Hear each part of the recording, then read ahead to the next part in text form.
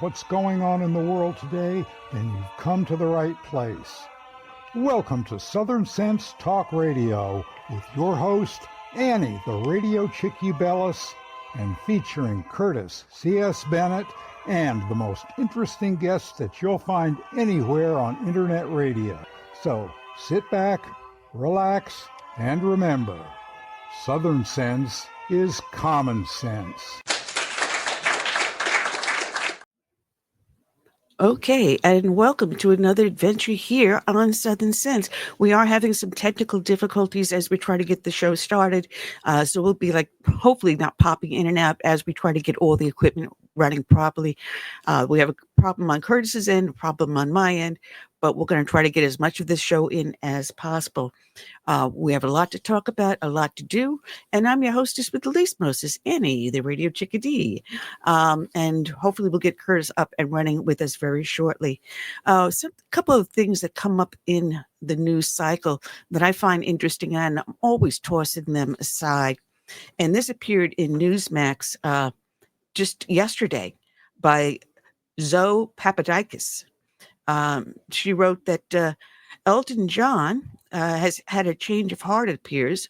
This happened a little bit of a while ago, that he seems to feel marijuana legalization as a recreational drug in America and Canada is a great mistake. He stated, "I maintain that it's addictive. It leads to other drugs," Elton John said. And he adds, "And when you're stoned, and I've been stoned, you don't think normally. Legalizing marijuana in America and Canada is one of the greatest mistakes of all time." It appears that he has overcome his addiction, and he's helped several other artists on their road from addiction also to help them back to their sobriety. He further says, "It's tough to tell someone that they're being an a-hole, and it's tough to hear," he said. "Eventually, I made the choice to admit that I'm being an a-hole." He was first introduced to cocaine in the mid-70s by his lover. And then he went on to other just terrible decisions on drugs. And unfortunately, he recently had an infection in his right eye, and he's lost sight in his right eye. And he is now currently having problems with his sight in his left eye, which brings to question whether or not he'll be able to return to the recording studio. So our thoughts and prayers go out to Elton John as he battles this stage of his life. So this is a very, very interesting uptake on Sir Elton John. Something else that we've been following, and we've mentioned this last year, that President Biden has been selling off parts of the border wall that have not been installed.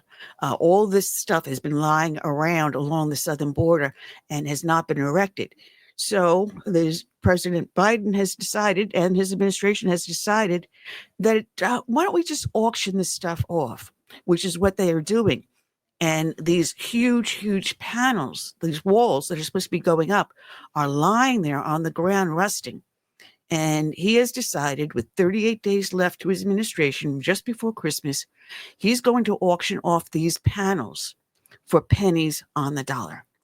Folks, this is over $300 million of equipment, of border walls sitting there waiting to be erected.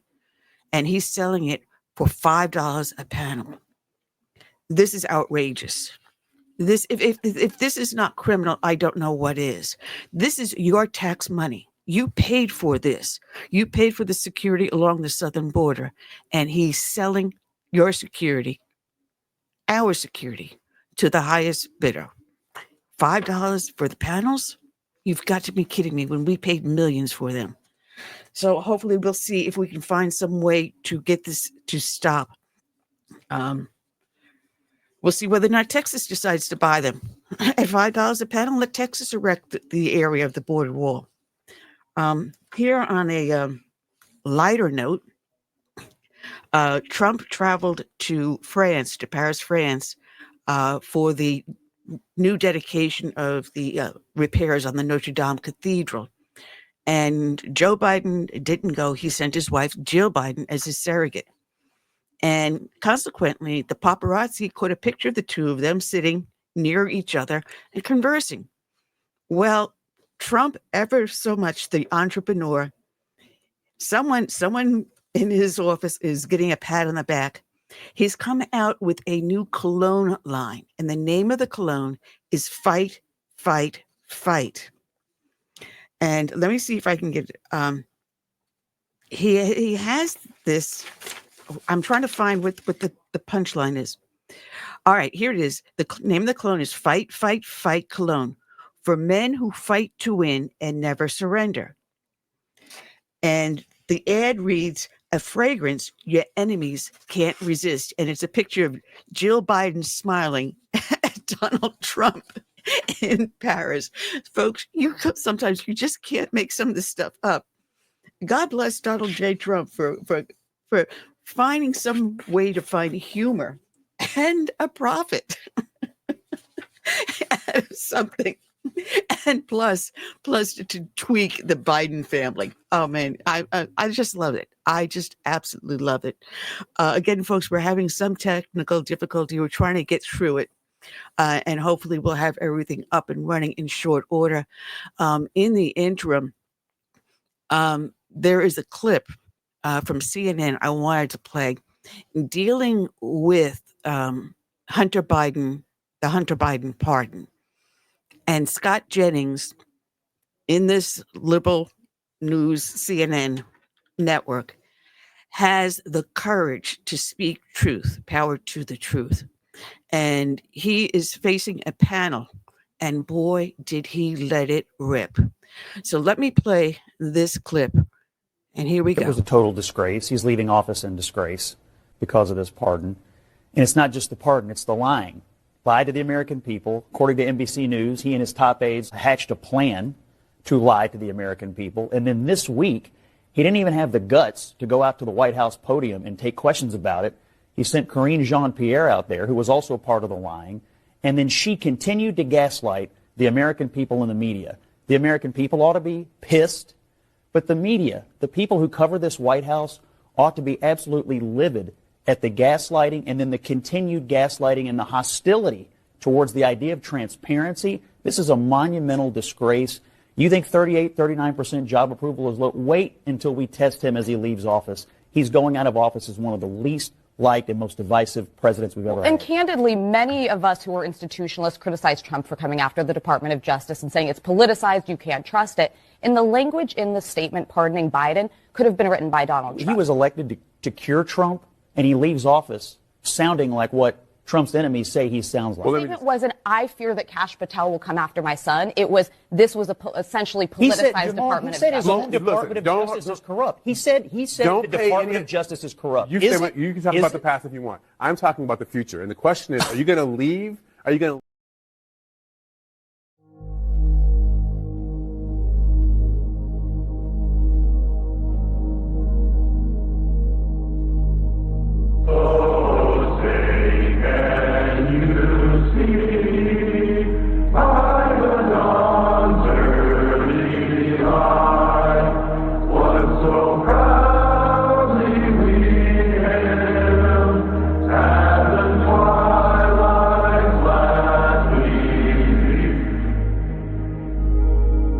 I pledge allegiance to the flag of the United States of America. Whose broad stripes and bright stars through the perilous fight, o'er the ramparts we watch, words so gallantly stream. And to the republic for which it stands,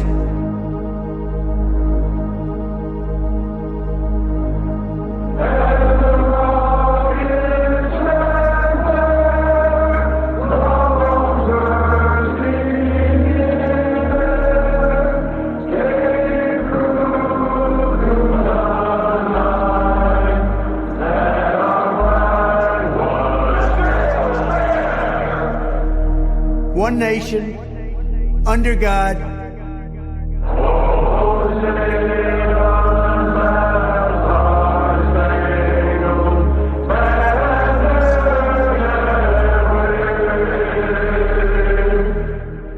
indivisible, with liberty and justice for all.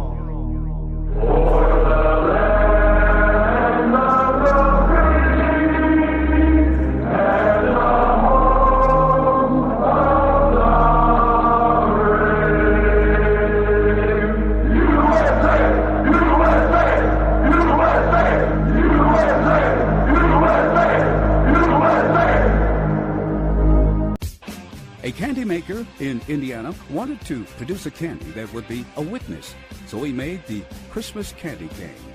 Hello, I'm Ron Edwards. On today's page from the Edwards Notebook, the candy maker began with a stick of pure white hard candy to symbolize the virgin birth and sinless nature of Jesus. Candy maker made the candy in the form of a J to represent the name of Jesus, who came to earth as our Savior. It also represented the staff of the Good Shepherd, who reaches down into the ditches of the world to lift out the fallen lambs that have gone astray.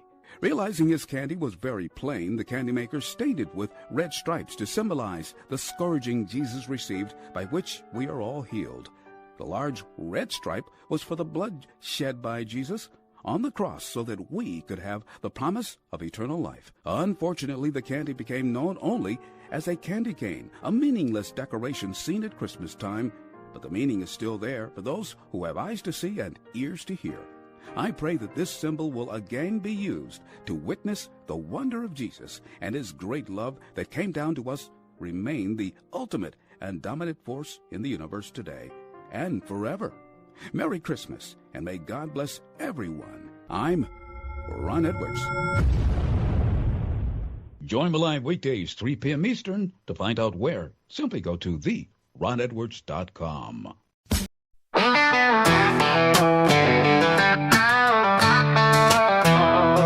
We've had enough, not gonna take it anymore. Sick of the lies, it's time to even the score. We're standing tall, ready to fight for the truth and justice will light up the night.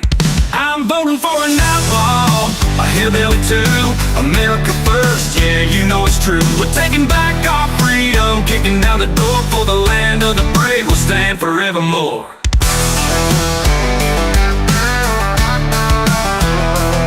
Voices rising, can't be ignored. United we stand, we'll never be bored.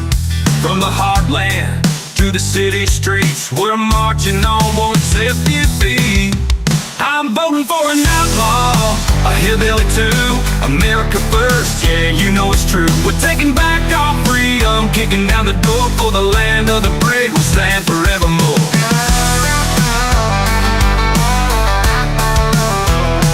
Voices rising, can't be ignored. United we stand, we'll never be bored. From the heartland to the city streets, we're marching on, won't accept defeat. I'm voting for an outlaw, a hillbilly too, America first, yeah, you know it's true. We're taking back our freedom, kicking down the door for the land of the brave. We'll stand forevermore. Together we rise, together we stand for the love of our country. We'll take command, no more division, no more lies. With hope in our hearts, we'll reach for the sky. I'm voting for an outlaw, a hillbilly too, America first, yeah, you know it's true. We're taking back our freedom, kicking down the door for the land of the brave. We'll stand forevermore.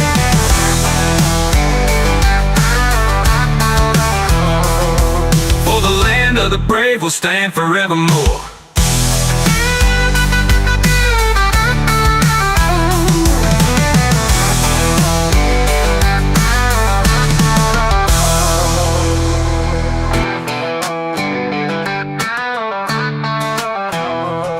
Together we rise, together we stand. For the love of our country, we'll take command. No more division, no more lies. With hope in our hearts, we'll reach for the skies.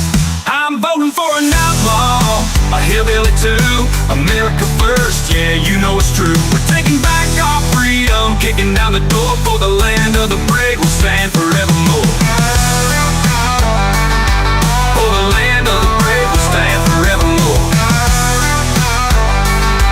For the land of the brave, we'll stand forevermore. Okay, we're back. And can you hear me, Curtis? Yes. What a nightmare. What Can an you hear me? Nightmare. Yeah, I got you. Loud. I have to apologize, folks. I mean, everything worked perfectly on Wednesday when I did Moms Across America. And then today, I rebooted my computer 3 times. But thanks, guys, for hanging out and being patient with us. Oh, wow. Yeah, I even tested my mic, and it was fine. So it wasn't on my end. No, it turns out it was on my end this time. Usually it's you, Curtis, not me. I don't know what it is, but the headset worked perfectly fine on Wednesday. I put it on the charger, and I don't know what the story is, but it decided to crap out on me. This brand new headset, too.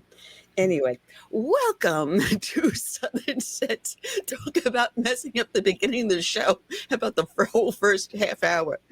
Anyway, we've got ourselves a great guest coming on today.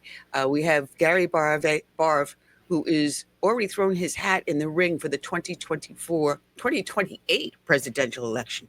Holy moly, we've got 38 days left of Biden, and in 39 days, we will have a new president in the Oval Office. And Gary Barv is throwing his hat in for the 2028 election. Where's he from? He was originally born in New Jersey. His parents, well, I'll let him give his story when he comes on in a few minutes. Let me just get this other thing off here. Get out of that. Leave the page there. Yes, get out of there. Get out of there. Go away. Anyway, while we're waiting for him to call in, pardon me, my nose is running. Let's do our dedication. And today's dedication is going out to Police Officer Jamal Mitchell of the Minneapolis Police Department in Minneapolis, Minnesota. His end of watch was Thursday, May 30th of this year. The family of fallen Minneapolis police officer Jamal Mitchell, surrounded by thousands showing their support during a memorial service just a few hours ago. Those who knew Officer Mitchell talked about his unwavering faith and his love for his family and his profession. Hundreds who didn't know him lined the procession route to pay their respects and show their gratitude for officers who put their lives on the line to keep us safe. At today's memorial, Chief O'Hara announced Officer Mitchell was posthumously given the Medal of Honor and a Purple Heart, exemplifying the hero he was. We have team coverage of Officer Mitchell's memorial. We begin tonight with Kent Erdahl. Hi, Kent. Hi, Rena. You know, after being in that memorial today, I don't know how even to begin to describe the impact that Officer Mitchell had. Keep in mind, this is a man who went into the force in 2020, specifically going to become an MPD officer because he said he wanted to build bridges in that city. And then he died doing that job, rushing to the aid of a man he thought was injured. And yet, that heroic act doesn't begin to describe why thousands came out to honor him today. This love runs deep. A seemingly endless stream of officers were a testament to the depth of love on display for Officer Jamal Mitchell. Jamal was the epitome of a guardian of our community. MPD Chief Brian O'Hara says Mitchell's love of service ran so deep that he was a decorated officer from nearly day one. Just 3 days on the job, I met Jamal on a scene after he had run into a house on fire in southwest Minneapolis, rescuing an elderly couple that could not navigate their way through the smoke. And I remember just a couple days later, looking into his son Jalen's eyes, telling him his dad was a hero.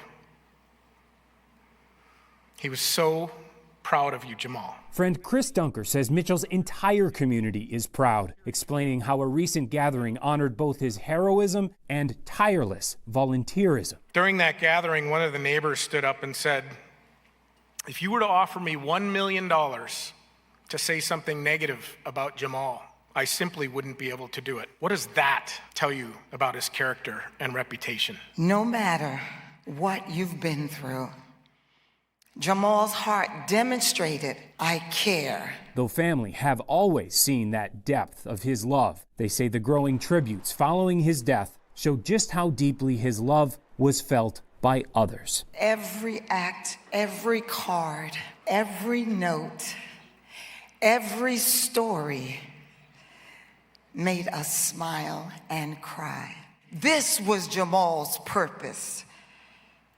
This was Jamal's assignment. This was Jamal's mission. And through our tears and heavy heart, we collectively say, mission accomplished. I'm calling on every officer in this building to think about Jamal the next time that you get in that squad car. And remember that he would have wanted you to get out that car and engage with your communities. Mitch, we appreciate what you did, and this is not the end of your story. Officer Jamal Mitchell, badge number 4819, the hero that the city of Minneapolis needed. So much emotion in that room today, and of course flowing outside of here afterwards. One more example of the impact Officer Mitchell had. There was an officer here from South Carolina, from Charleston. He had trained Officer Mitchell at MPD, and he and a colleague wanted to come back and honor him in uniform today because of the impact he had on him in such a short amount of time. Back to you. Sounds like an extraordinary man. I'm so glad he was so well honored today. Thank you, Kent. Shortly after the service, hundreds of law enforcement officers gathered in the Maple Grove High School parking lot where they gave Officer Mitchell a final salute. There was a rifle volley and a single helicopter flew over the crowd before a final call was issued for Mitchell. Badge 4819. Support for Officer Mitchell and his family was evident along the procession route. Members of the community lining the streets, many of them holding flags to pay tribute. Our Morgan Wolf continues our coverage with more on those who felt compelled to be there. Morgan? I just have to say it was truly breathtaking to see the amount of people that showed up here today just in Maple Grove alone. We know this procession lasted roughly 45 minutes going all the way down to the airport, but there were hundreds of people that we saw here along this route. Many of them didn't even know Officer Mitchell, but felt compelled to be here just to show that they care. Feeling a lot of different things. Sad is the big one. It sucks. And I feel bad for his family and his kids. So many people that I spoke to say they took the day off of work to be here. And you know, it was a warm day. The sun and the heat, though, it didn't deter anyone from getting here. Some as early as 10 in the morning sitting out on the side of the road. I spoke to a woman who said that she has been just deeply moved by Jamal's story, signing up to be a police officer in Minneapolis following George Floyd. There aren't many out there like that anymore, and it's such a loss. Such a loss for the people who loved them, such a loss for the community. Such a loss for this world.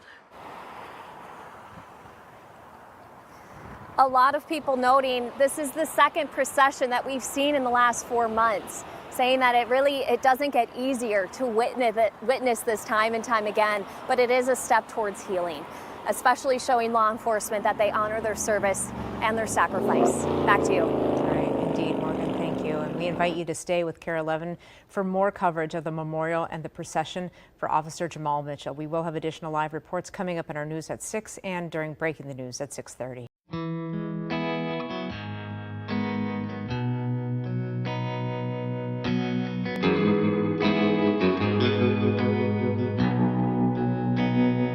Let it be said, when we finish this race, we kept them free, we led with grace. Let it be seen, from sea to shining sea, beautiful America, living our legacy. Oh, father, mother, sister, brother, oh,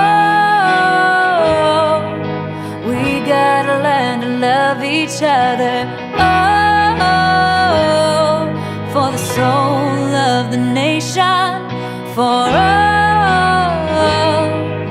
the next generation. Let us be known as people of honor, humble and bold, faithful through fire. Let us hold firm to our convictions with wide open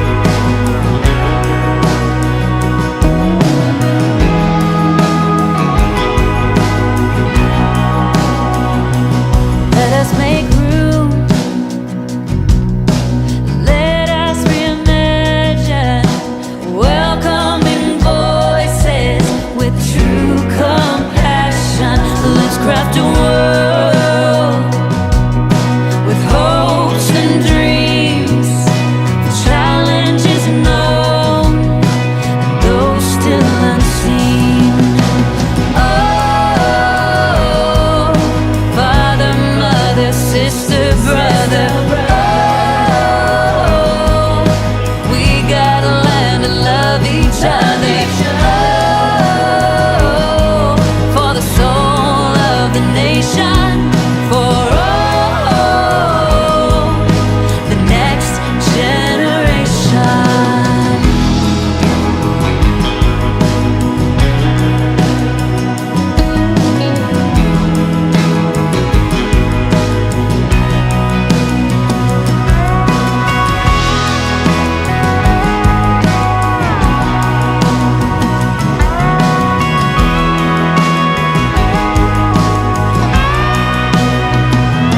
Let us be sure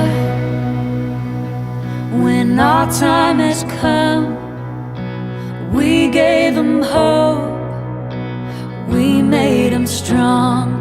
Let it be said when we finish this race, we kept them free, yeah, we led with grace. Oh, father, mother, sister, brother, oh, we gotta learn to love each other. Oh, for the soul of the nation, for all the next generation. Let it be said.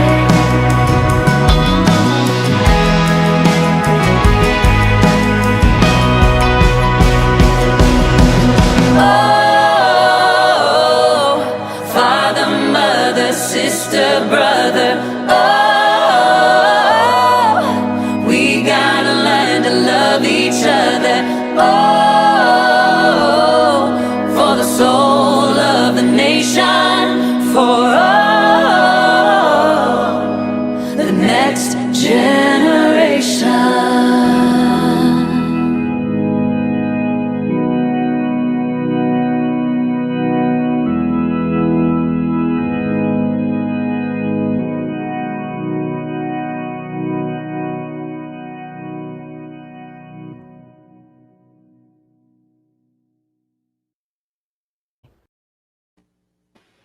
All right, and we're back. You're here listening to Southern Sense, watching Southern Sense live up on Facebook, LinkedIn, YouTube, X, half a dozen other places, as well as our own homepage, southernsense.net. I'm your hostess with the least mostest, the Radio Chick-A-Dee, and I finally got myself working today.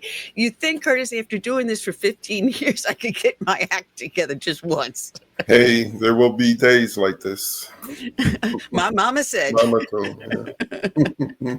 Well, want to welcome back onto the show a gentleman who's thrown his hat into the ring for presidency for 2028, Gary Barv. Good afternoon, Gary, and welcome to the show. And sorry about the start. Hey, Gary. That's all right. That's all right. Good afternoon, Annie, and good afternoon, Curtis Bennett. It's great to be back on the incredible The Southern Sense Show. I was a guest on your show when I was previously running for U.S. Congress, and I just want to quickly introduce my great viewers and listeners. I know you do this on video and you share it as a podcast audio as well. Annie and Curtis, my name is Gary Barv. I am a youth supporter of our President Donald J. Trump, a proud Republican of the Republican Party that belongs to our Donald J. Trump. And I'm officially running for President of the United States of America in the 2028 election to help President Trump make America great again, keep America great, and save America. And I'm running because I love President Trump. I love our country, the greatest in the world, the United States of America. And I love our great American people. And I want to help President Trump make America great again. And if I could just get couple of things I want to share. What a tremendous win by President Trump, right? Tremendous win. November 5th, 2024, President Trump won in a landslide. And, Annie, I think I said on your show, and Curtis, when I was on previous, for the November 5th election that I believe President Trump will win the election for many reasons. One of the reasons being, I believe President Trump is a big Christian. Jesus Christ is with President Trump and with our country and with our great American people. And, I respect all religions, but I'm a Christian, and I believe in Jesus Christ as Lord and Savior. And what a tremendous win. He did dumb as a rock Kamala in all battleground states, one after the other. And I just want to congratulate President Trump for his tremendous win. And I believe he saved America by winning the election on November 5th. And I believe he will continue to make America great, keep America great, and save America. And I'm happy to give some updates about my campaign as well, if that's something okay with Annie and Curtis. And I'm happy to answer questions that you might have. Open book, you can ask me whatever you want. Well, your website is your name, Gary Barve, BARVE, for America, FOR America.com. And you have up there your background, because you were born here in the United States, even though you have an accent. People may not realize that you are born American. So you have an American blood. I have President Donald J. Trump, Republican American blood in me, and I'm fighting for America. I'm ready to take a bullet for my country. I didn't mean to interrupt, but when you say America, I get very passionate about it. I love our country, Annie, and I love President Trump, and I love all our great American people. Well, because of your unique background, your parents took you back to India, where they were from, and raised you there. But it was your choice to come back to America and to participate in our great country, which is one of the reasons why you have been running for office. Gotta pardon me. So people can actually read about it. You did attend Liberty University, even though you didn't graduate from it, but that is where you came to meet Christ, and gives you your passion here. You also have on your webpage your agenda, and I love the name of it, America First. That is right, America First. That defines President Trump's presidency. I'm confident about that. And Annie and Curtis have made a campaign promise. I'm going to support President Donald J. Trump's America First agenda 100% until November 2028. And I said that, if you remember, Annie, I said that prior to November 5th during my previous United States Congress election as well. I am supporting his agenda 100% until November 2028. And I make a promise. I've made a promise on the campaign website as well. I will, if I get the great honor of being elected President of the United States of America in the 2028 election, I promise you and all our American people that I will always make decisions for our country, keep America first and keeping our American people first. But I do want to say a couple of things. I know, Annie, you were a great law enforcement officer or NYPD officer, and I genuinely want to thank you for your service to our country. And I've made a couple of posts on campaign social media and taken a couple of positions on campaign social media about our great police, sheriffs, ICE, military, veterans, firefighters, and first responders. And I just want to share that with you in real quick. And I have decided that I'm going to meeting with the personnel who worked on President Trump's campaign to discuss this. The first thing I want to say is our police, sheriffs, ICE, military, firefighters, first responders, people in these groups are great people who run towards danger to protect civilians and residents they do not even know. And I believe this is bravery and courage of the highest level. But I said two things. The first thing is I feel all the people in the groups that I mentioned, police, sheriffs, ICE, military, firefighters, and first responders, in my humble opinion and from my observation, are severely underpaid or understaffed in many jurisdictions in our country. And I'll explain why I say that. So I know for a fact that there are many professions where people start off with huge starting salaries, but they do not have to risk their lives for American people and for our country and have their lives at risk on a daily basis, like our police, sheriffs, ICE, military, veterans, firefighters, and responders do for the country and for our great American people. And I have nothing against these other professions that have the large salaries, the high salaries. I have nothing against. But I do want to see the salaries for all the groups that I mentioned increase. And I have made a decision. If I get elected president in the 2028 election cycle, I will get this done. I've not figured out exactly the path to get this done. I'm discussing it with my team and a lot of people, but I will get this done. This is a campaign promise, because I think it's a travesty that, these great people who are ready to for our country are not being treated right. The second thing I want to say is about our great American veterans. Annie and Curtis, there are approximately, and I've had discussions about this with people, approximately 33,000 homeless American veterans who have served our country and were ready and still are ready to take a bullet for our country. They're homeless now. And my question to everyone really is, and this really is a no-brainer for me. Look, we have spent, I'll give you an example. We have spent as a country more than $100 billion on Ukraine, on the Russia-Ukraine conflict.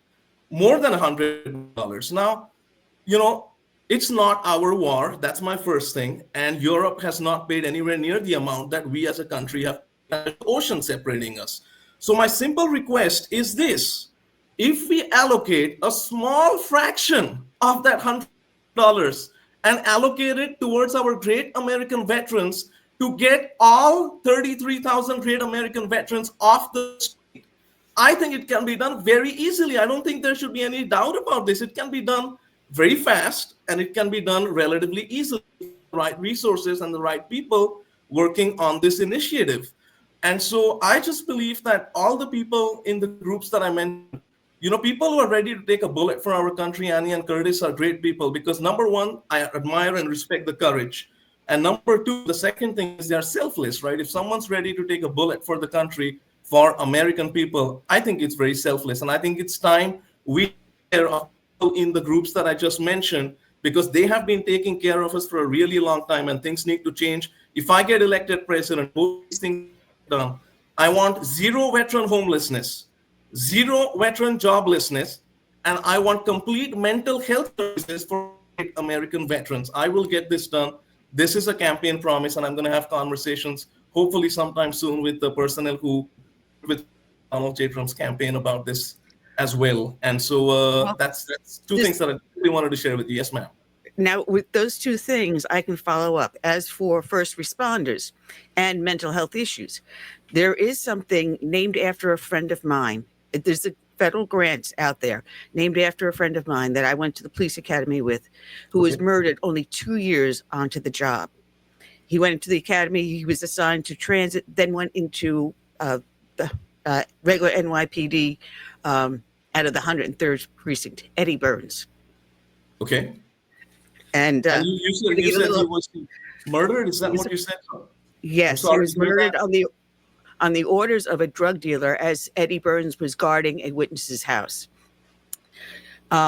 Two individuals walked up on either side of the car, and one distracted him while the other one shot him 5 times in the head.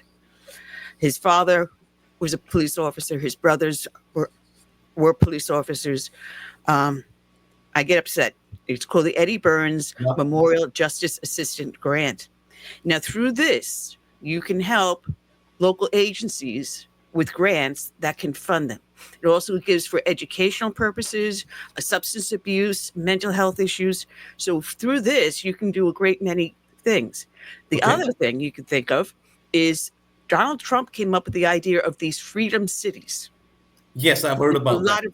A lot of land that the federal government owns. I think it's 1/3. Yeah, I think 1/3 of the land in America is federally owned. Maybe I don't have the exact number. And I think he said if we allocate like a small percentage of that land, like a fraction, like a 0.1% or something like that, I think we can build freedom cities and give the people a shot at the American dream, which I think, I love the American worker. But I just want to quickly touch upon that. First, I want to say I'm very sorry to hear about Officer Eddie's loss of life, and I can see from your sort of your facial reactions and the tone of your voice, Annie, that this is an issue that obviously affected you closely. And I feel very bad about what happened, and I'm going to connect with you after this interview and see if I can help in any way from the perspective of the campaign. But I genuinely believe what I said, and I will get it done, Annie. And it should not be very difficult.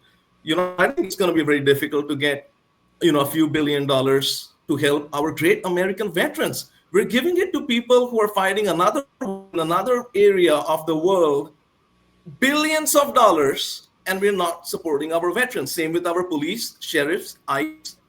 military, firefighters, and first responders. Why are we not supporting the people who are ready to take a bullet for us? And the other thing I want to say is, I think, I sort of resonate with the groups that I mentioned very strongly because, again, I'm not comparing my courage with the you displayed, Annie, and, the great police, sheriffs, ICE, military, veterans, firefighters, and first responders displayed. They literally run towards the bullets, as I'm sure you have done, Annie, to support and fight for our American people. But I have taken on criminal gang cartels such as MS-13 and drug dealers, and I've taken on this Venezuelan gang. I'm sure you've heard of this gang, Annie and Curtis. Tren de Aragua. It's the Tren de Aragua that's come across the southern border into our country illegally. And, these are bad people. I don't want these people in our country. They literally cut people up just for fun. And so, I said to myself, I sort of want to fight these gangs. I want to get them out of our country. So my direct message right now, I don't know if there are any gang members listening in. My direct message to the gang members right now is get the hell out of our great United States of America.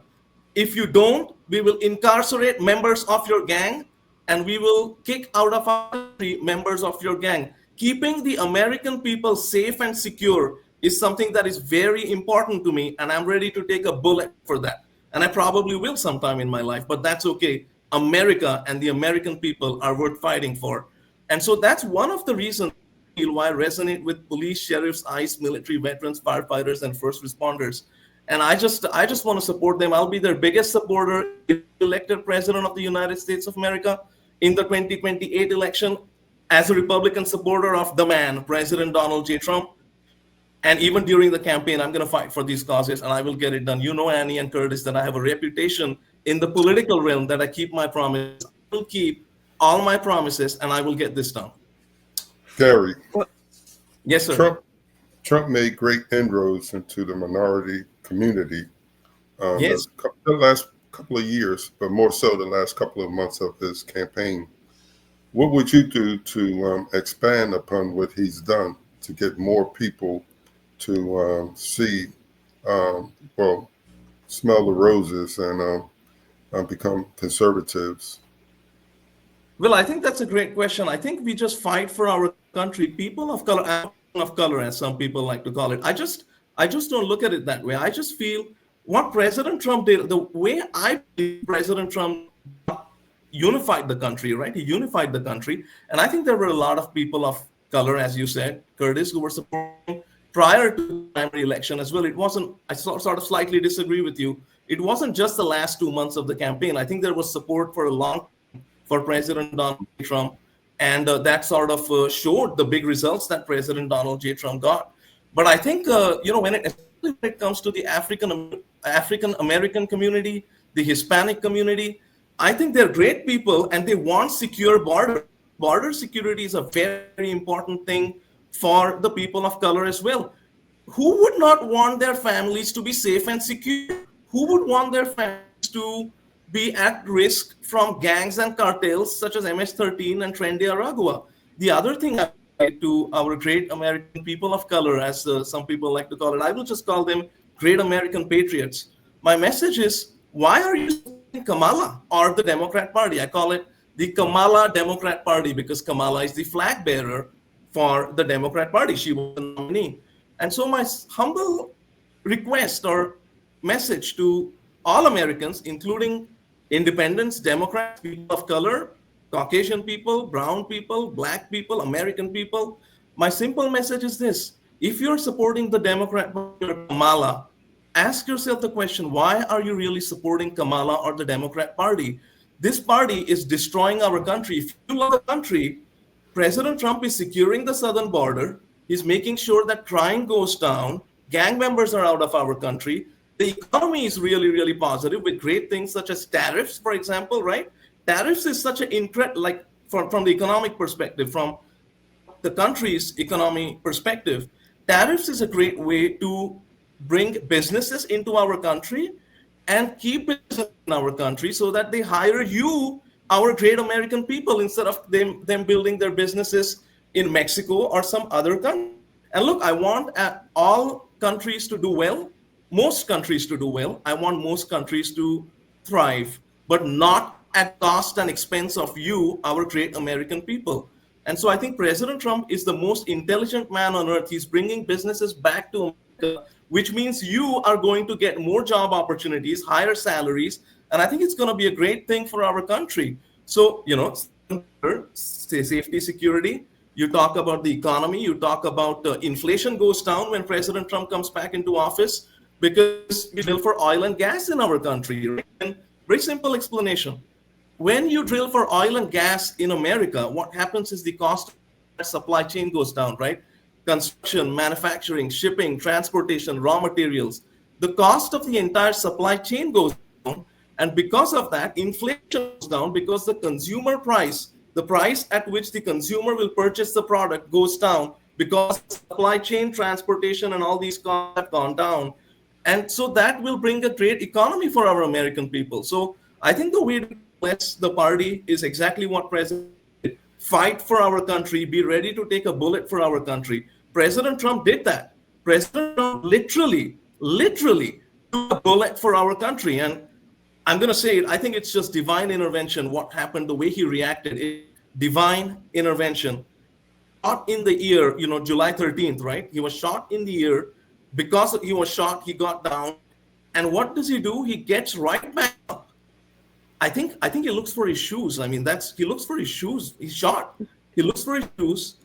And he looks at the people. The first thought that comes to his mind is, these are my American people. These are our American people who love the country. And so he wants to show the American people that he's solid, he's safe, he's secure, and he's fighting. So he says, fight, fight, fight.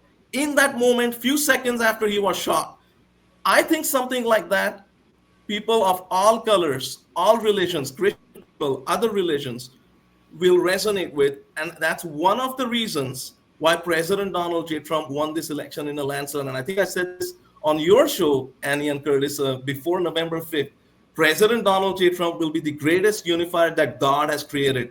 And I think it worked out that way. And I will say this very confidently. If I get the Republican nomination in 2028, and I think I have a shot at it. I think I have a great shot at it. I'm saying I have like a 1% shot. I think I'm saying it a little bit humbly. I think I have a great shot at winning this election, the Republican primary election. See what happens. But my simple message is, if you are a great American patriot who loves the country, I will be able to coalesce the party with you in a great way. I will be one of the greatest unifiers that God has created after President Trump. If I become the Republican nominee, even if I do not, I believe I'll be able to unify the party in a great way. Well, what is your background, your career, education? So I think I shared this with you on a previous segment. So I was born in Summit, New Jersey, and did not get the great opportunity of growing up in our great country. My family relocated to India when I was about 4.5 years old. And as soon as I completed my undergrad, like Annie said, I decided to come back home. I was in Massachusetts working in the technology industry in business analysis role, and then job role. And then I relocated to Dallas, Texas to pursue my full-time MBA at SMU. And, I got my MBA in entrepreneurial strategy and marketing. And, I went through some really, really tough personal challenges around the time of the completion of the MBA course. Diagnosed with a clinical depression-related illness right at the final stages of the MBA course. And I really struggled and battled with this illness for many years. And, the one thing that I really learned from this battle with clinical depression-related illness is never, ever give up and to always keep fighting for our country, for our American people, and for President Donald J. Trump. I want to say I've made a complete recovery from this clinical depression-related illness. I take no treatment now. And I thank Jesus Christ as Lord and Savior for this. I thank President Trump, my friends, my parents, the medical staff for giving me the ability to conquer this illness. So what I'm trying to get at is every person has a different path in life. Some people have a thriving financial career. Some people are great American farmers. Some people are great American coal mine workers, oil and gas workers. People have different paths. This was my path. And so I decided to run for city council in Santa Clara, California in the 2020 general election. And, I used to be a Democrat for a little while because 99.9% of this many years back, I've said being a Democrat is the most horrendous decision of my life. But in speeches, I've said this publicly, but it was like, half a decade back or more than that even probably. But, I used to be a Democrat because 99.9% of my family, I don't have a family right now other than my parents. But at that time, 99.9% of my family was, in my opinion, liberal. And I was in Santa Clara, California, which has some Republicans and some patriots, but there are many, it's a very liberal place. It's the Silicon Valley. And so I thought I was liberal and I was a Democrat for some time. And then I saw President Trump's videos, especially there's this one video on YouTube that I watched, I think like 100 times. And he talks about tremendous wisdom in that video. It's 10 Rules of Success by President Trump. Tremendous video. I started reading his books, Think Big by President Trump. I've read it about literally 4 to 5 times on audiobook. I've studied that. It's the greatest book ever written after the Bible. And so, point being, I was tremendously influenced by President Trump's America First platform, the fight that he has for America. And I said, I want to be a Trump supporter. I filed for city council as a Republican supporter of President Trump and had a tremendous campaign for city council. We got 23% of the vote in a 3-person race when, per my memory, only about 17% Republicans in the district that I ran in. So we had a tremendous result. And like Annie said, after that, I was in Virginia. I was a student at Liberty University, got baptized at Thomas Road Baptist Church, and then relocated to Florida, ran for United States Congress in the 2020 election as a Republican supporter of President Donald J. Trump. And the fact that we hardly invested any money in the campaign, I think it was like $12,000 to $15,000, other than the filing fee. There was hard money that was invested in the campaign. And we got a lot of votes. And I think it was a great result, but given the fact that we hardly invested any money in the campaign. But the other thing I want to say is the reason I made the decision to run for president of the United States of America in the 2028 election as a Republican supporter of President Trump is this great book that I've read, which I just mentioned, Think Big by President Trump. And in the book, he talks about many things. He talks about never give up, right? I will never give up. I will always keep fighting for our country. I'm never giving up, irrespective of the challenges that come up. As long as I can sustain a campaign from a campaign dollar perspective, which I really, really hope I want to fight for our country. So never give up. The other thing he says is go against the tide, which I think I'm doing in a great way right now because, considering some of the opposition that I'm going to face, Ron DeSanctimonious, Nikki Birdbrain, Democrat running as a Republican, Haley, Gavin, Kamala, dumb as a rock, Kamala, Vivek Ramaswamy, opportunistic rhino, weak little Vivek, and Glenn, awkward rhino, Youngkin, and Chris, colossal rhino, Christie, rhino meaning Republican in name only. All these people have a little bit of more name recognition than I have, though I think I'm getting some name recognition now. So I'm going against the tide. I'm following President Donald J. Trump's advice. And I'm going against the tide. And he says, President Trump says that's where the big success is. And so he says, serve the country, love the country. And I think I'm doing exactly that. And I talked with a few friends, I talked with a few wishers, and I said, America runs through my blood, body, mind, and soul. It's always been about the country for me. And I'm ready to take a bullet for our country. And I'm proving that by taking on these gangs and cartels and really bad people and working really hard. Annie and Curtis, I've not taken a single day completely off since September 5th when I filed my initial paperwork with the FEC. I work nonstop all the time because I love what I do. Like President Trump says, you got to love what I do. And so that's how I made the decision to run for president of the United States of America in the 2028 election as a Republican supporter of President Donald J. Trump. And I think we've had a tremendous start to the campaign. I've been to multiple Republican Party or Republican committee meetings in Iowa, given speeches. I spoke yesterday in Florida. Charlie Kirk was speaking. He was the main. I was given an opportunity. He's a big Trump supporter as well. And I was given the opportunity to say, just maybe 1 or 2 lines about my campaign for president. And I think the campaign is gathering momentum, and I think it's going to be a great campaign. Like I said, I've got like a 1% shot at winning the election. I think I'm being a little bit humble. I think it's the wise thing to do right now. I think there will be clutch moments during this campaign, Annie and Curtis. And the clutch moment, like in sports, right? I think it's a sports analogy. These clutch moments will be won by me, most of them or many of them, in the next 2.5, 3 years. I think that 1% is going to go up very fast, and I'm going to sort of knock up a lot of the opponents that I just mentioned, one after the other. It's a tough task, but I love the country. I want to serve the country. I want to serve America, make America great again, keep America great, save America as a candidate for president of the United States of America, as a Republican supporter of President Donald J. Trump. Now, here's the trick question. Have you even given a contemplation to a vice presidential running mate?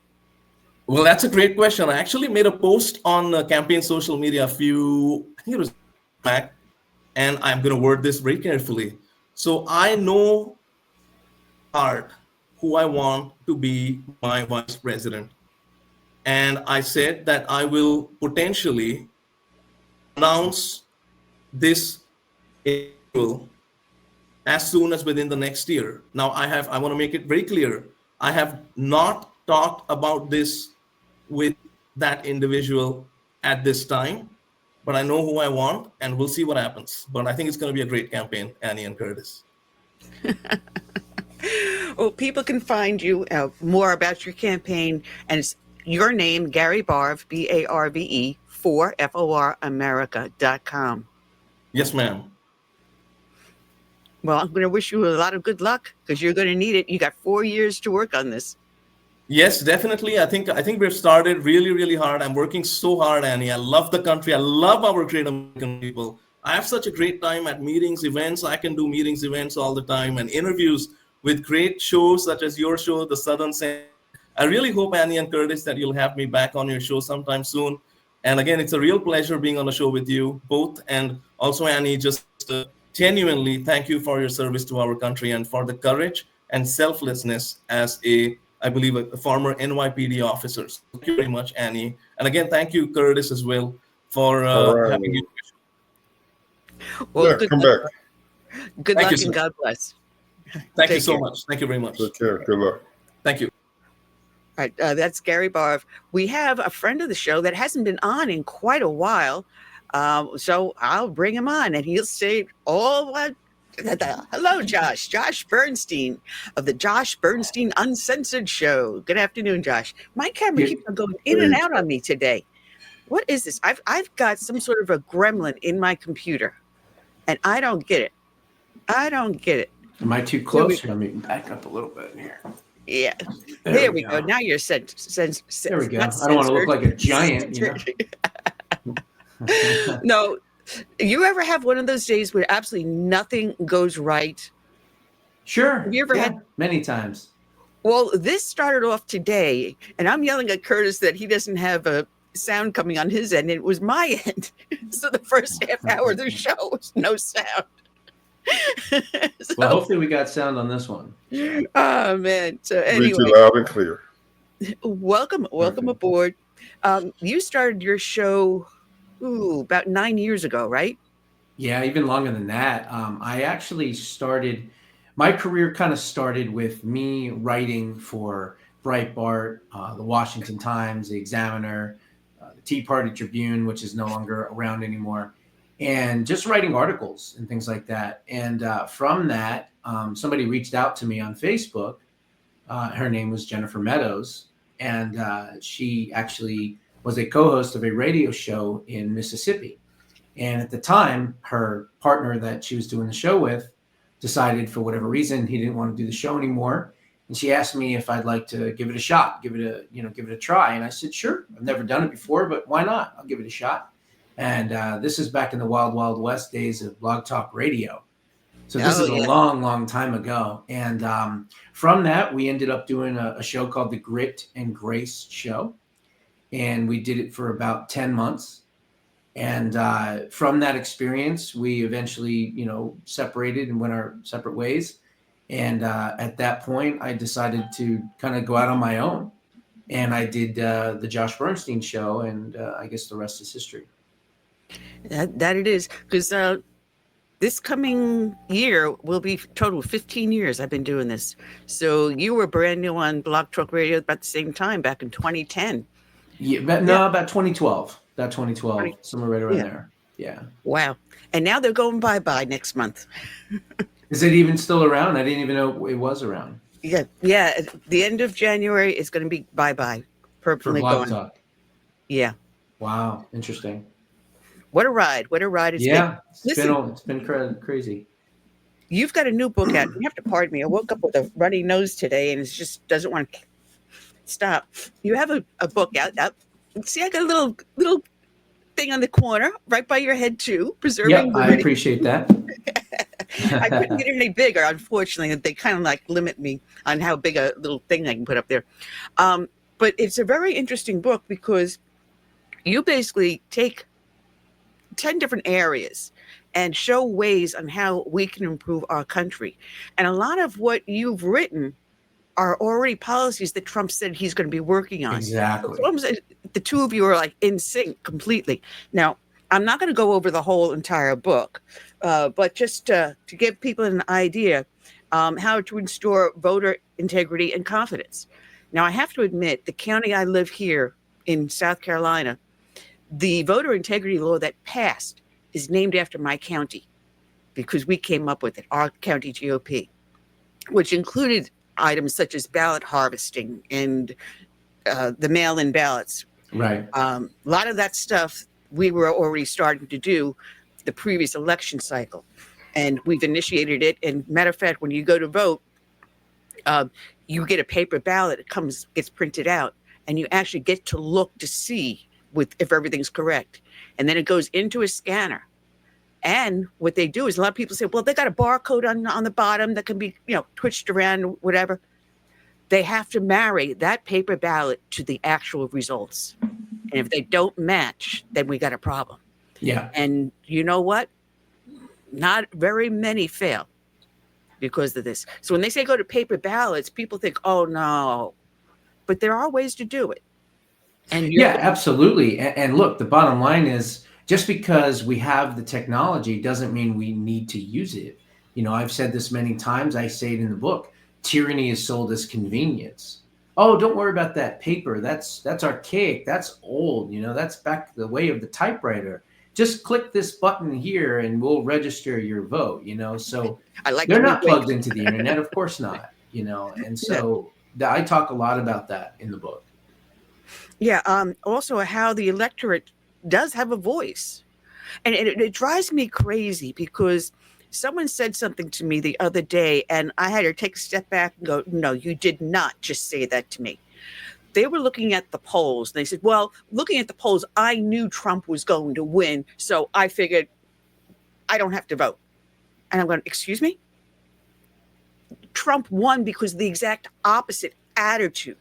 Because we flooded the ballot box. We made it a ballot box revolution. Right. And we didn't leave anything to chance this time.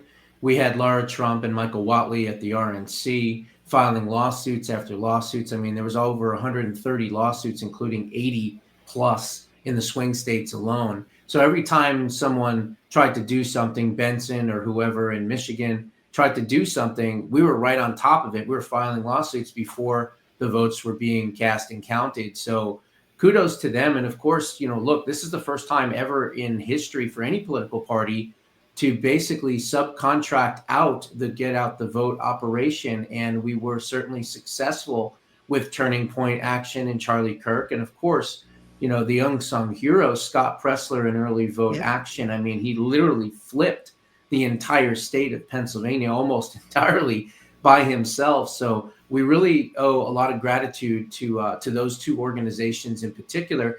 And let's face it, President Trump did something that most people cannot do or even know how to do.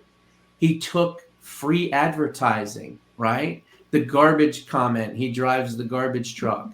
The McDonald's fiasco, he goes and he works at McDonald's. I mean, that's billions upon billions of views of free advertising that the other side didn't even have a clue how to use. I mean, they spent $1.5 billion and they're 20 billion in debt or 20 million in debt still. It was actually 2.6 billion. Yeah, 2.6 billion, and they're still in debt and they have nothing to show for it. So that was a big part of it. And of course, Elon Musk buying Twitter and turning it into X and turning it into a narrative buster, basically in the middle, right? You had all these social media.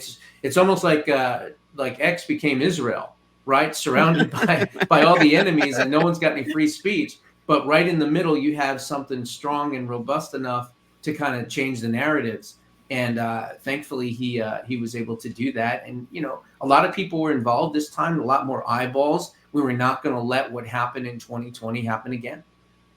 No, matter of fact, we are up live on X as well as on YouTube and Facebook and LinkedIn and half a dozen other places. I don't know where I am anymore. Yeah, it must be nice not to be censored. The only thing I have now and got back, which was about a week ago, is I got my my LinkedIn account back after 4 years, and thankfully with my 4,000 plus connections, because that's how we reconnected and how I've been working the circuit, so to speak, to try to find places that'll interview me about the book. But also I've been looking for a book promotion company and publicist. So, you know, if anyone's watching this and they're legitimate and they have a good reputation, you and I will talk off air. I have the perfect person for you.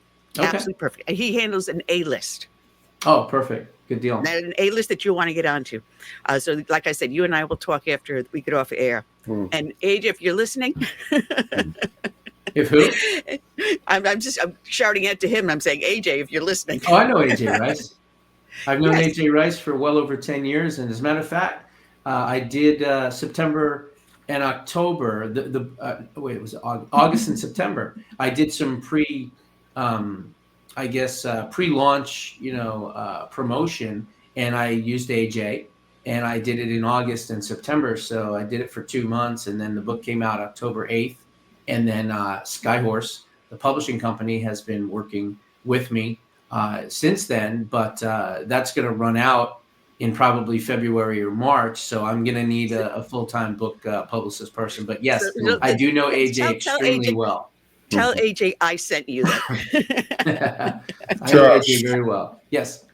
Hey, it's good to have you on. I didn't get a chance to read your book, but I'm curious because here in Florida, we are still using Dominion ballot boxes. Oh, boy. And I don't understand it because we have Ron DeSantis as the governor, and we control both houses. Is there anything in your book where you address Dominion voting machines and their unreliability and how easy it is to manipulate the vote count? Yeah, I do address voting machines in particular. And I do give examples of proof of how they are plugged into the internet, including, professional forensic auditors that have testified to that fact.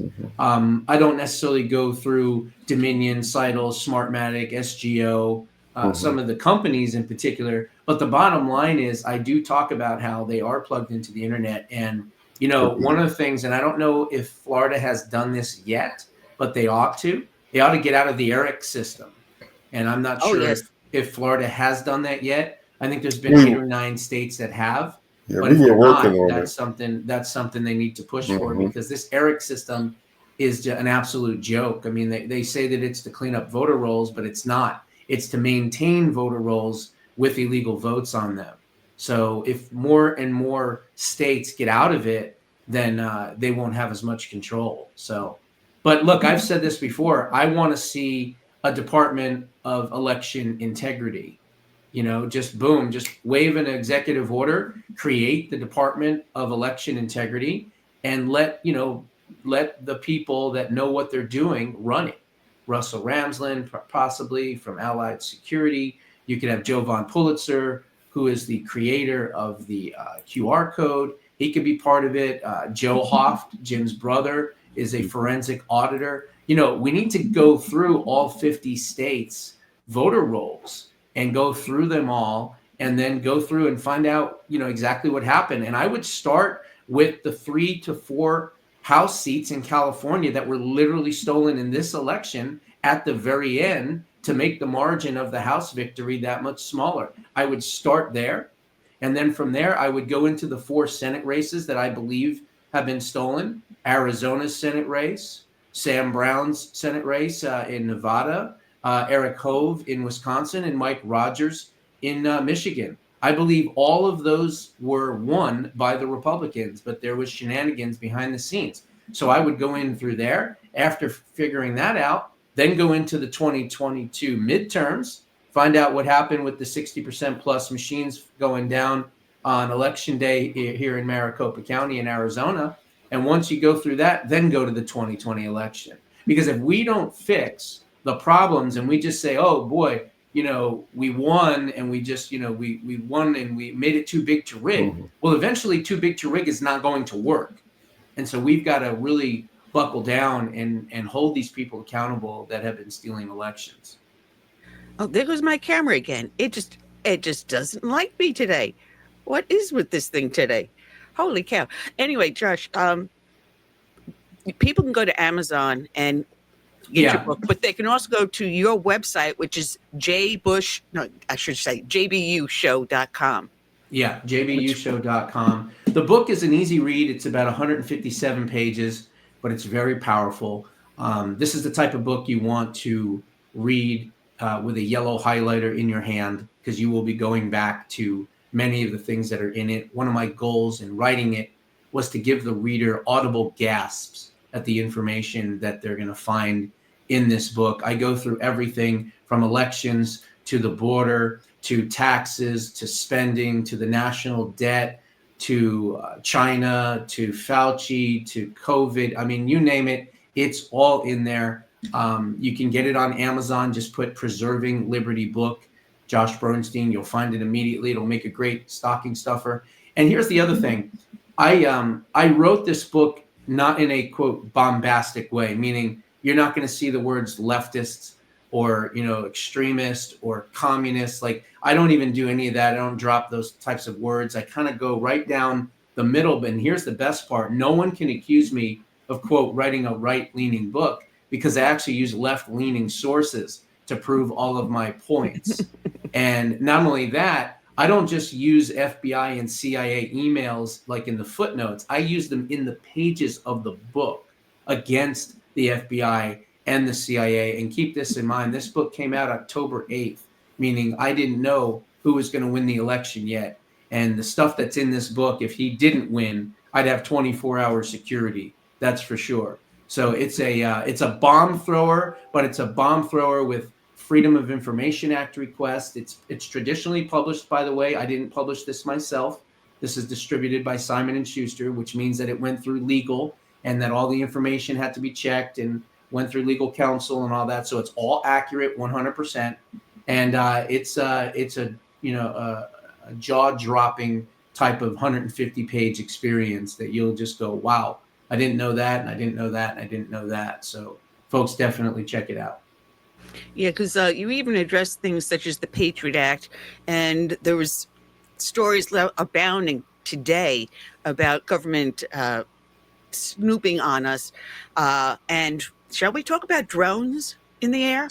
Yeah, I mean, look, I go through I have a chapter called The China Syndrome, and I go through all of it. I go through the spy balloons, what they were doing, how they were traversing the military operations and recording data and all of that. And of course, I go through and I talk about Temu, why Temu is so dangerous and why they can undercut and undersell everybody else because they're using slave labor in the Zhejiang province of Northwest China. I expose all of that. I expose TikTok and ByteDance, the parent company, and who runs ByteDance and how close they are to the CCP, and how everybody that uses TikTok basically has their information stored in Beijing on China's servers, and how it's a spyware machine. So I go through all of that stuff. I go through COVID. I talk about the day COVID was created on the afternoon at the exact minute, hour, time, location, all of it. I talk about Event 201, of course, which was the start of COVID, where it all began. And then I go through and I talk about lab leak versus natural origins. And I go through all their emails and I explain all that. And then I turn towards the end, I go after Fauci. I have a section in the book called Beagles, Monkeys, and Orphans, Oh My.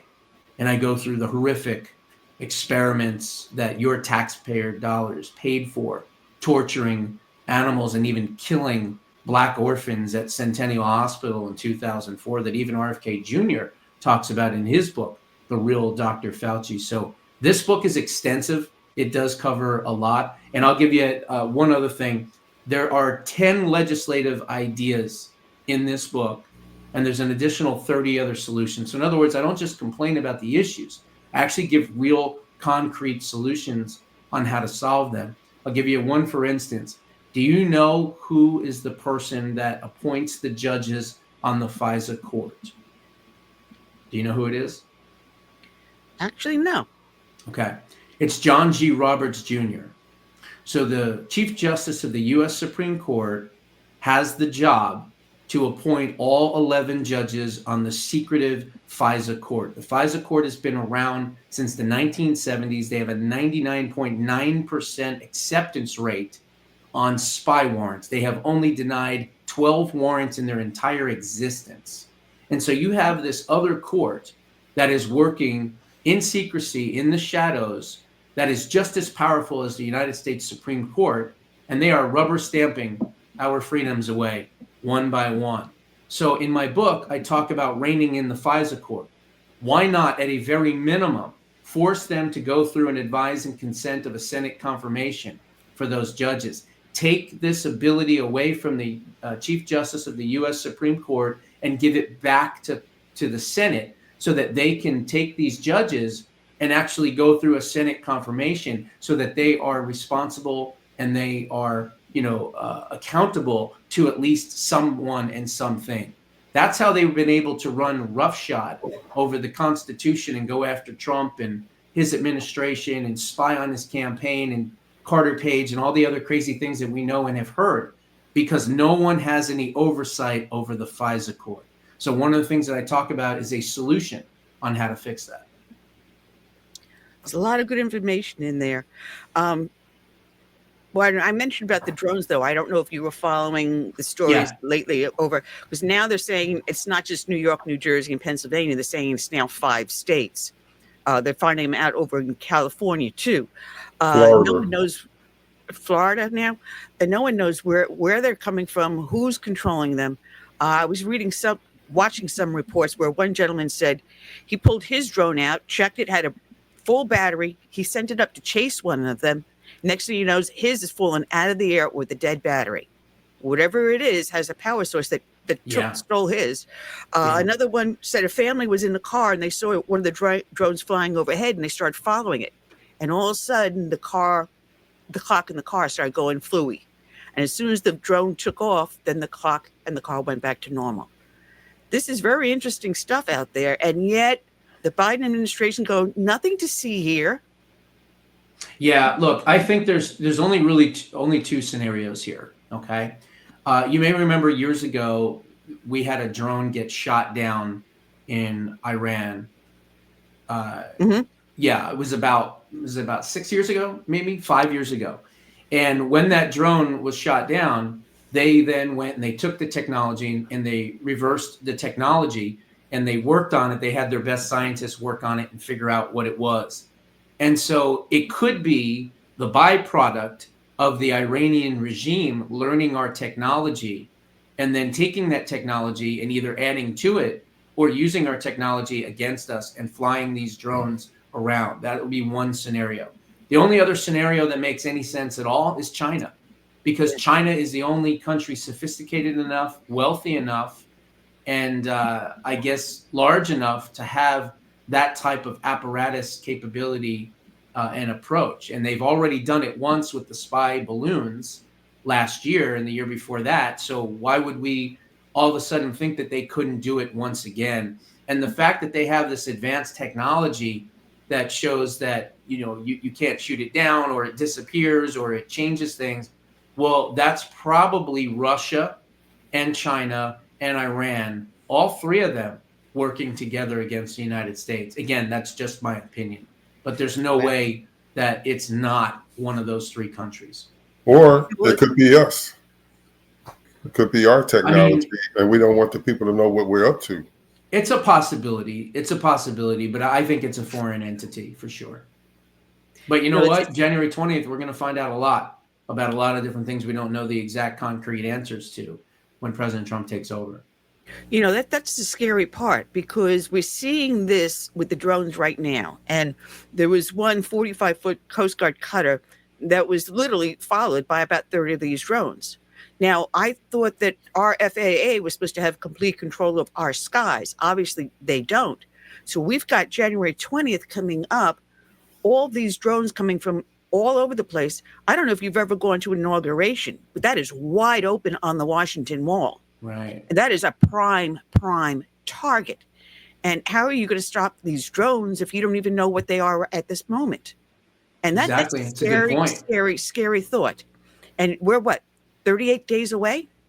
Yeah, I mean, look, I was going to say, President Trump should stay away from Bedminster in New Jersey there, because they're obviously circling around there, and if they find out he's there, they could blow up that place. So yeah, I mean, this is some serious stuff. Look, I said when he was after the second assassination attempt, even the first one actually, I was the first one to say bulletproof glass inside with a back behind you, with no one behind you, just your kids, behind you. No one else can be behind you or anything, and do it inside. And then after the second attempt, I said, you know what? We already know that you can sell out arenas. We already know, you've proven to us that you're the biggest draw that there's ever been. Stay in Mar-a-Lago. Stay there for the next month, for the rest of the campaign. Set up a headquarters, set up a communication system with, broadcasting and televisions and video cameras and all that. Stay there and do the rest of the campaign from there. But of course, he didn't do that. He went out on the road and did his thing. And, that's whatever he decided to do. But for the inauguration, look, I mean, I would do it inside, change things up. Yeah, absolutely. Absolutely. And I'm looking, we got only 7 minutes left. Holy cow. I wanted to, because you mentioned the Senate race in Arizona, but Trump has now tapped Kerry Lake as head of the Voice of America. Yes. What better place to place her? Yeah, look, 326 million people being able to be reached in 48 languages around the entire world. We can literally export MAGA to the rest of the world now, and America First principles and values and customs and traditions. We can correct the record when they lie about America and say certain things in the media about the United States and how, we're, a country that doesn't believe in immigration and all this other stuff, whatever it is that they're going to say, right? And so this is a perfect position for her. This is a 27-year veteran, award-winning, Emmy award-winning veteran of the news here in Arizona. I mean, we grew up with her in our living rooms, so we're very familiar with her. She's always been a dynamic person with communications. Quite frankly, I didn't see this happening. I thought maybe press secretary. I thought maybe she'd go to One America News or Newsmax or something like that on her own terms. But this position is perfect for her because she's going to be in charge of an organization that has about 1,000 people underneath her. And she's going to be able to basically take the Trump presidency and positions and narrative and policies and expound those over to the rest of the world. Think of how many oppressed regimes now where the people are oppressed will somehow be able to now hear pro-America type of stuff. And remember, the Voice of America radio program started in the 1940s in relation to being something to combat Nazi Germany's propaganda. That's how it started. But of course, in the last decade or so, it's gotten much more left-leaning, and it's even, in some respects, gotten anti-American, if you can imagine that. So we're going to put her in a position to revitalize the American message of strength, unity, freedom, liberty, and prosperity. And that's going to go out to the entire world. So I think it's a wonderful position for her. I'm ecstatic. Well, Josh, it has been a pleasure having you with it. We have to have this a little bit more often. Sure. Anytime, any topic. That's what I always tell people. And the book is Preserving Liberty that people can find on your website, jbushow.com. The Josh Bernstein Uncensored Show, among all the other areas that they can always find your articles and your commentary and so forth. So, Josh, I wish you a lot of luck. And thank you. Make sure you call AJ and tell him I sent you. I will. Yeah, I know AJ very well. If you have somebody else, though, because I know a lot about AJ, and he's a great friend of mine, and I love him to death. But, I'm not sure that would work out long term for me. So if you know anyone else, let me know. I have a couple of other people up my sleeve, so I'll let you know. Well, I appreciate that. All right, you take care. All right, Charles. God bless. Thank you so much. Take care. Take care. We'll be back next week. We have Mark Tapscott from the Epoch Times will be joining us, his bi-weekly visit with us. And then we have a gentleman called Michael Letts, and I'll let you know what he's about when he comes on next week. But we're about, 12 days away from Christmas? Holy cow, and I have not even sent out a single Christmas card or a Christmas gift. But folks, it's time for that 12th Day of Christmas song, 5 golden rings. Oh man. Well, we'll be back next week, hopefully without any technical difficulties. I apologize for the first half hour of the show, but we'll make it up to you. So I will say then, until then, good night and God bless.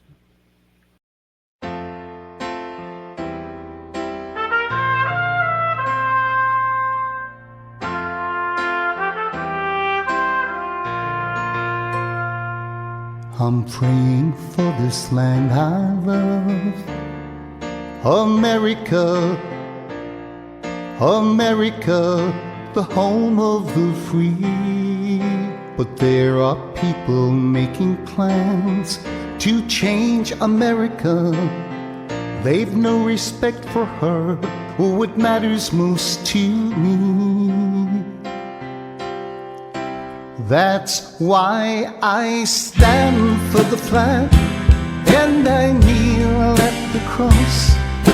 Long for the friends I have loved and lost. And I still believe in God we trust, and the freedom our forefathers granted us.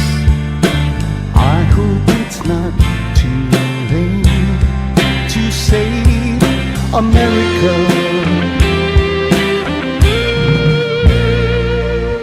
Do you hear our battle cry across America? We've got to rescue her. You know it's up to me and you to see the truth behind their lies.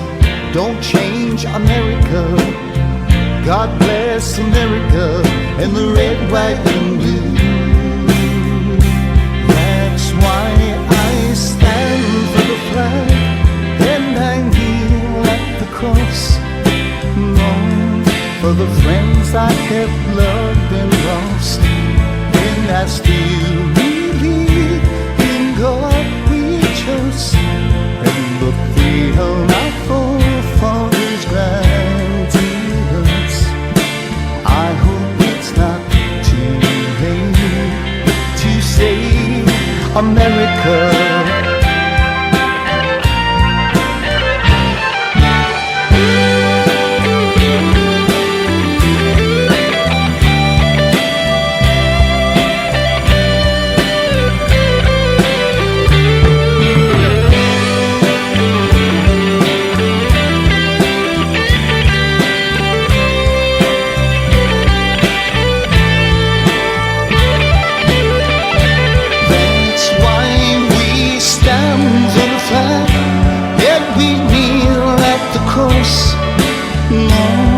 For the friends we have loved and lost, and we still believe in God we trust, in the freedom our forefathers granted us.